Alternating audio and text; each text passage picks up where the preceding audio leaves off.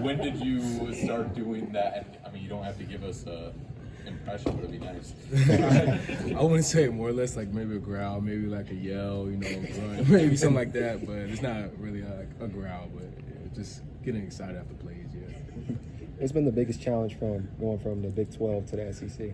I mean, I would just say like the challenge really is just like, you know, probably adjusting to the different type of play styles that I'm getting, you know, different type of schemes I'm facing as far as like the offensive scheme. You know, play some really good football in the Big 12 and some teams. So, you know, and just, you know, overall just from high school to now, just overall just seeing really good competition. So I don't feel like the competition level was overwhelming for me at all coming to this level, and just, you know, having a father too, that just helped me also along the way. So it wasn't overwhelming from that part, but more or less just getting used to the scheme.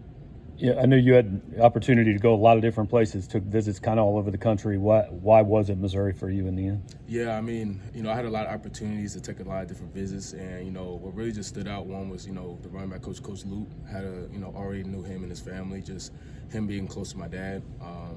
And, you know, once, you know, they reached out and kind of just coming down here on the visit, everything just stuck out to, like, the scheme and what I was going to be able to accomplish coming here, and just the area and, you know, what they already had built and going on. So, you know, that really just was exciting for me. What can you learn from a guy like Khalil Jacobs?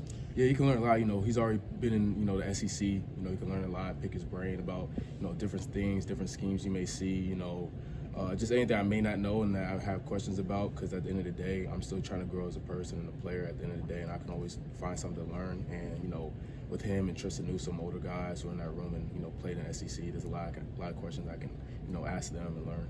We've heard a lot about Nick Rodriguez. You know, what have you seen from him, a younger guy? Yeah, it's cool because, you know, cool story about Nick. I actually hosted him when I was at West Virginia, and I was trying to get him to West Virginia. It's crazy now I'm here. So it's great having all these guys in the room, Khalil Jacobs, Tristan Newsome, you know, Nick Rodriguez, and as a young guy, him just, you know, he flies around, you know, has great instincts and just real playmaker attributes for him.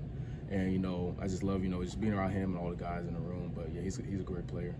You went up against Bo Pribula last year in a game. Have you guys talked about that matchup since then? Did you know him at the time? What are your thoughts on Bo Pribula? Yeah, I knew him at the time because we actually played each other in high school in the state championship game. We had beat him. So we had already, like, know each other. And then, I mean, we talked about the game probably the first time we got together. Some of us transfers, we had went to, like, Buzz, got, like, something to eat, and we were just all talking and stuff. And we were just talking about the game. You know, we lost that game. But, yeah, no, I was kind of just, you know, talking about the game, asking him different stuff, you know. But, yeah, it was good to kind of just talk to him, catch up. Any banner from that tackle for loss you had on him?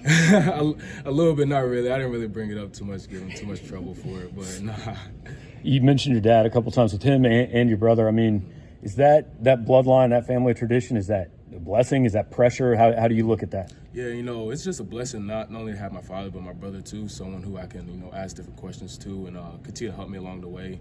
And, you know, what they say, you know, pressure is privilege. And, you know, I just take it on like I have since I was younger and just continue to just stay true to myself, you know, play my game, just keep God first and knowing that everything in my career and path is already written. Considering the family history, was there ever any chance you were going to play something besides a linebacker? No.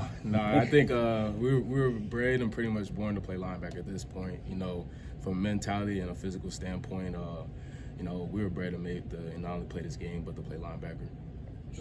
Josiah, with Jeremiah Beasley, just what have you made of him so far? Yeah, really cool dude, man. Especially another guy in that room, but also a great player too as well. You know, also add something different to that room. You know, he's one of the, you know, main guys in that room. You know, you can ask questions about, you know, already, you know, being in this division, about different things you may see or expect, whatever the case may be.